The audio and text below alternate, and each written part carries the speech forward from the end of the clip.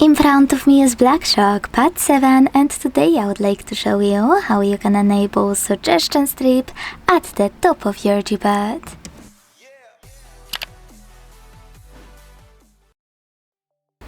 First of all, you need to launch Devices Settings and scroll all the way down to Access System.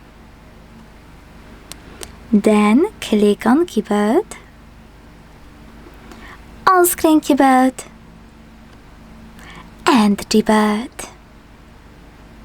Following that, choose Text Correction section available here, and tap on gray switcher next to Suggestion Strip to activate it. Then go back to your Gboard.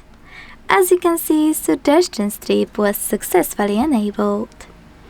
If you want to, you can disable it by clicking on gear icon at the top of your Gboard and accessing text correction settings much faster to use the same switcher.